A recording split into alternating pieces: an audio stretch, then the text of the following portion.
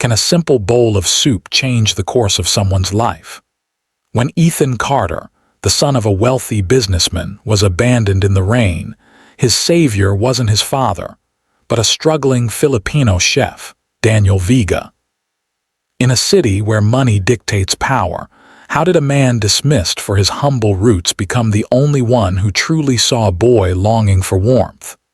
And when a millionaire finally realized his mistake, was it too late to make things right? The rhythmic clatter of knives against cutting boards filled the kitchen of Ambrosia Fine Dining, a high-end restaurant in the heart of Los Angeles. The air was thick with the scent of butter-basted steaks, truffle oil, and aged wine, luxuries that Daniel Vega could only admire from a distance. At his station, Daniel worked swiftly, plating a delicate salmon dish with microgreens and caviar. The dish was perfect, but perfection meant nothing without approval. "Vega," the sharp voice of Chef Laurent cut through the kitchen. Daniel turned just as the head chef strode over, his pristine white coat spotless. Laurent scrutinized the plate, then plucked the garnish off with distaste. "Passable at best," he scoffed. "Do it again, and remember, you're not in some cheap carinderia in San Diego." A few line cooks chuckled, but Daniel didn't react. He simply nodded and turned back to his station, his hands steady. He had heard worse. He had endured worse. He wasn't here for Laurent's approval. He was here to learn, to refine his craft, until he could walk away and build something of his own. Hours later, after the restaurant had closed, Daniel meticulously wiped down his station. The other chefs had already left, eager to unwind, but Daniel had a different destination in mind. Slipping out of the back entrance, he carried a small container filled with untouched food, perfectly good, but deemed unfit for Ambrosia's elite clientele. The streets of Little Manila were a stark contrast to Ambrosia's sleek elegance. Here, neon lights flickered over old brick buildings, and the scent of sizzling street food filled the air. Daniel arrived at Tia Rosa's Eatery, a small diner tucked between a laundromat and a second-hand electronics shop. Inside, a few late-night diners lingered over bowls of arroz caldo and steaming cups of Barako coffee. "Mijo," Tia Rosa greeted him warmly from behind the counter, wiping her hands on her apron. "Long night," Daniel set the container down. "Always." She peeked inside the box, shaking her head. "They waste too much food at that fancy place." Daniel only smiled. "At least someone here will eat well tonight." His gaze drifted to the far wall, where a faded photograph hung beneath an old postcard from the Philippines.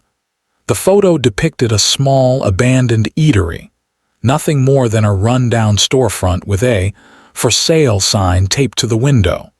His fingers brushed the scrap of paper in his pocket, the property's asking price, hastily written. It was far beyond his reach, but dreams didn't come with price tags. One day, Tahanan would stand there, a place where food wasn't about status, it was about belonging. Daniel sighed, rolling his shoulders before grabbing a bowl of rice from the counter.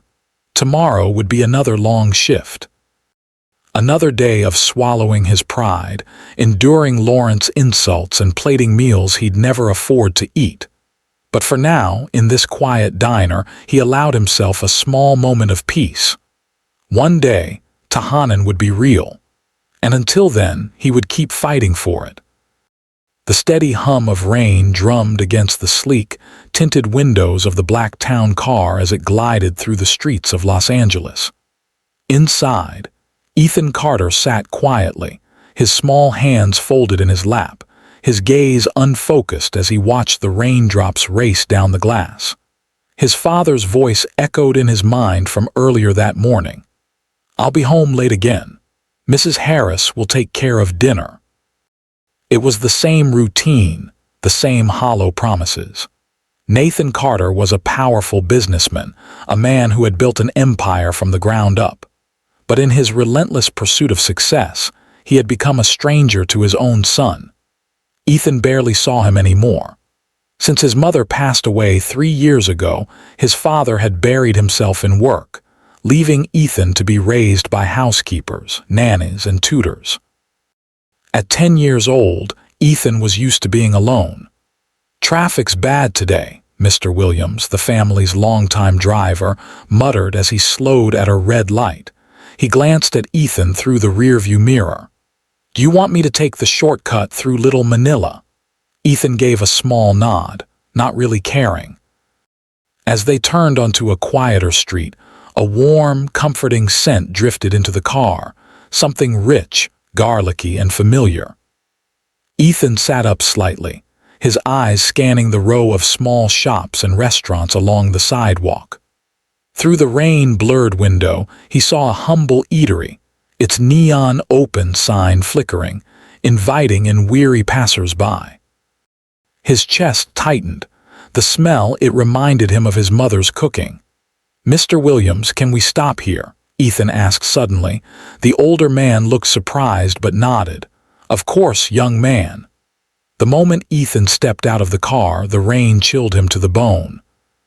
He clutched his jacket and hurried under the awning of Tia Rosa's eatery, the warm, fragrant air wrapping around him like a blanket. Inside, the diner was small but cozy. A few customers sat at mismatched tables, chatting over steaming bowls of food. The walls were decorated with faded photographs of the Philippines, and behind the counter, a man moved with quiet efficiency, stirring a large pot of something golden and fragrant. Ethan inhaled deeply, his heart skipping a beat. Arroz caldo. His mother had made it for him whenever he was sick, or when the weather was cold, or simply when she wanted to wrap him in warmth without words. The man behind the counter glanced up, his sharp but kind eyes taking in the soaked boy at the entrance. "Daniel Vega." "You're getting wet," Daniel said simply, grabbing a clean towel and handing it to Ethan. Ethan hesitated, then took it. "Thanks." Daniel tilted his head. "First time here," Ethan nodded. I smelled something, the soup. It smells like," he trailed off, feeling embarrassed. Daniel studied him for a moment before gesturing toward the large, simmering pot.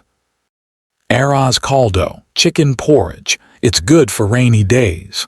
Ethan swallowed. "My mom used to make it." A quiet understanding passed between them. Without another word, Daniel ladled a portion into a bowl, the fragrant steam curling into the air. He placed it in front of Ethan, along with a small slice of calamansi, just like how Filipino mothers would serve it. "Try it," Daniel said. Ethan hesitated only for a moment before lifting the spoon. The first taste sent a wave of warmth down his throat, the ginger, garlic, and chicken blending into something more than just food. It was a memory. For the first time in years, something in him unlocked. He wasn't just eating arroz caldo. He was home. From that rainy afternoon forward, Ethan Carter kept returning to Tia Rosa's eatery. It started with small requests. "Mr. Williams, can we take the long way home?" Or, "Can we stop by that little restaurant for a quick snack?" The older driver, who had worked for the Carter family since Ethan was a toddler, quickly caught on. These weren't just casual stops. Ethan needed this place. Twice a week after school, Mr. Williams would park discreetly outside the eatery, waiting while Ethan wheeled himself inside. The small diner had become his sanctuary, a world apart from the cold, silent Carter estate. Each time, Daniel Vega greeted him like an old friend, setting a bowl of something hot and delicious in front of him. Arroz caldo, sinigang, adobo, dishes rich with flavors Ethan was beginning to recognize. Ethan absorbed every detail of Daniel's stories about the Philippines, about the way food wasn't just about eating. It was about tradition, history, belonging. One afternoon, as Ethan savored a plate of chicken and nasal, he finally asked, "Why do you work at Ambrosia if you don't like it?" Daniel wiped his hands on a dish towel, smiling. "Because I'm learning, saving up." Ethan frowned. "For what?"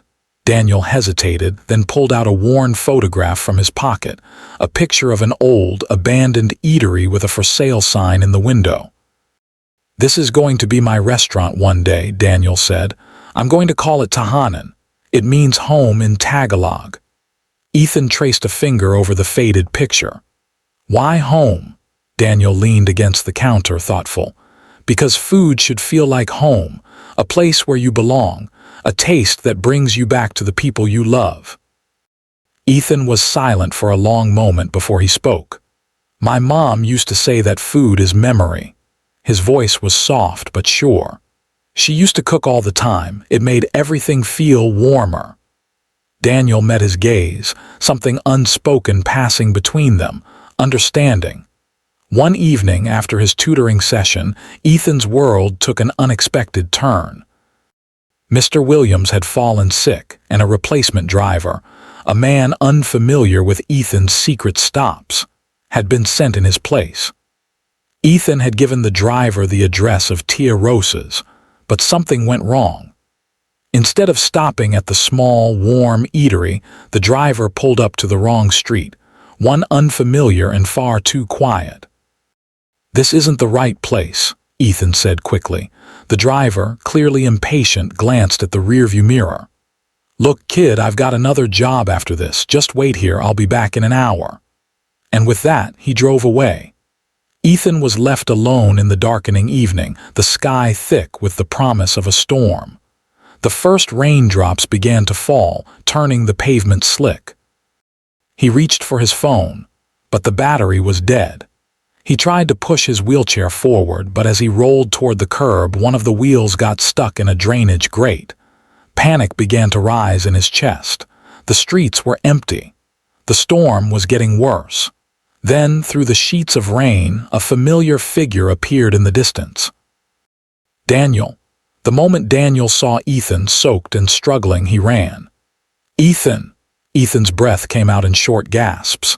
I can't move." Daniel didn't hesitate. Kneeling down, he worked quickly, freeing the stuck wheel, then carefully adjusting Ethan's position. "I've got you." The storm had now become a downpour. Daniel looked around, realizing they couldn't stay there. "Come on," he said. "We're going somewhere warm." Without waiting for a response, he pushed Ethan's wheelchair down the flooded sidewalk, heading toward the only place he knew he could take him, Ambrosia Fine Dining. The contrast between the storm outside and the opulent silence of Ambrosia's dimly lit, after-hours dining room was staggering. Daniel wheeled Ethan inside through the service entrance, dripping water across the polished floors. The kitchen was dark, the other chefs long gone. Ethan shivered violently, his small frame trembling from the cold. Daniel acted instinctively. He grabbed a clean kitchen towel, wrapped it around Ethan's shoulders, then lit one of the burners. He turned, his gaze settling on the pantry. They had everything he needed. As the storm raged outside, Daniel reached for a pot, his mind already crafting something warm, something familiar, something that felt like home. He would cook. He would make arroz caldo.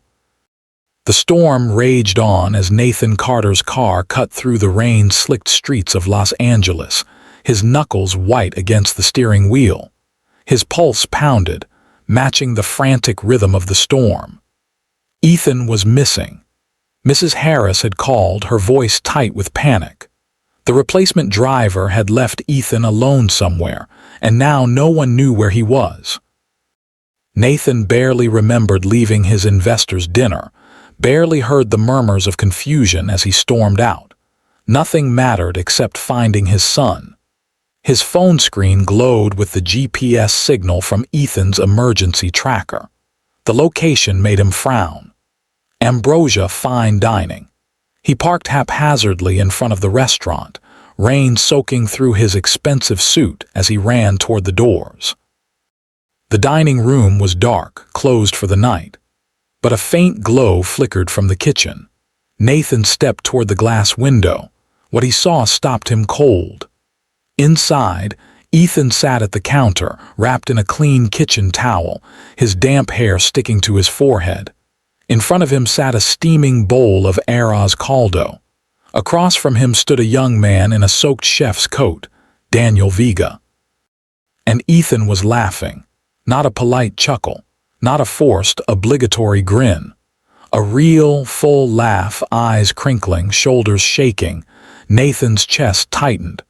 When was the last time he'd seen Ethan this happy? For 3 years he had convinced himself that Ethan was just quiet, just adjusting, just coping. But the truth hit him hard.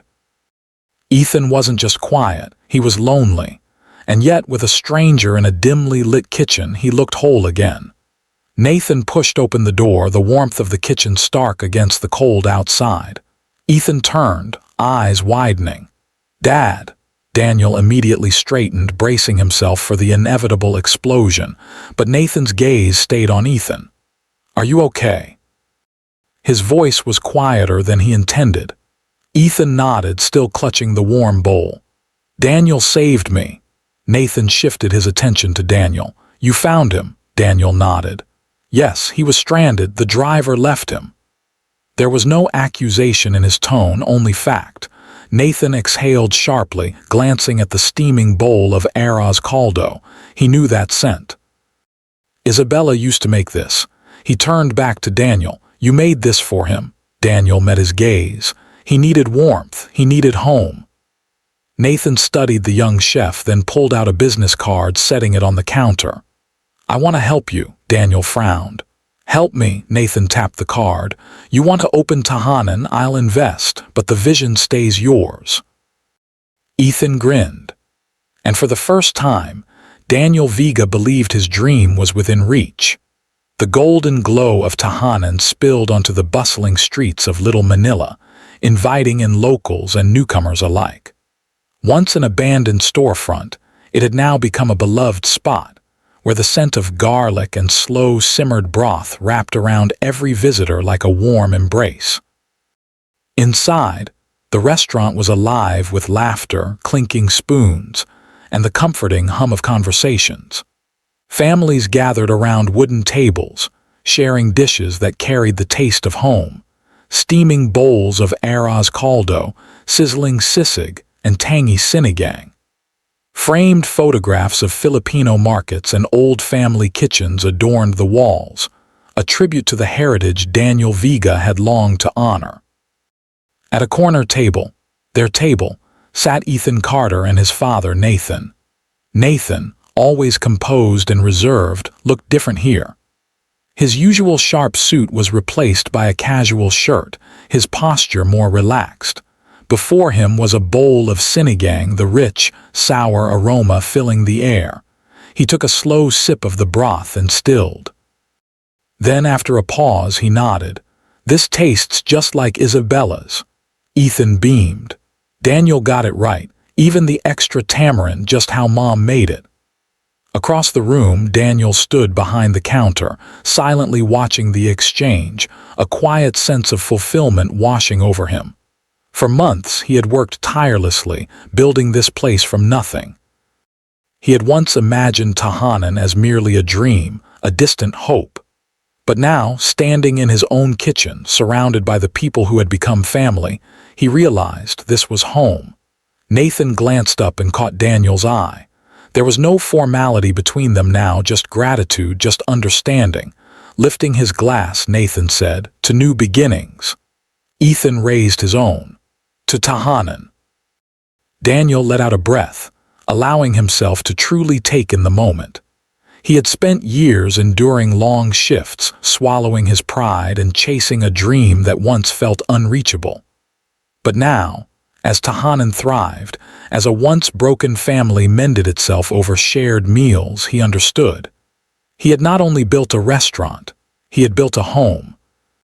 In the heart of Little Manila, a single bowl of arroz caldo had done more than just warm a cold night. It had changed lives.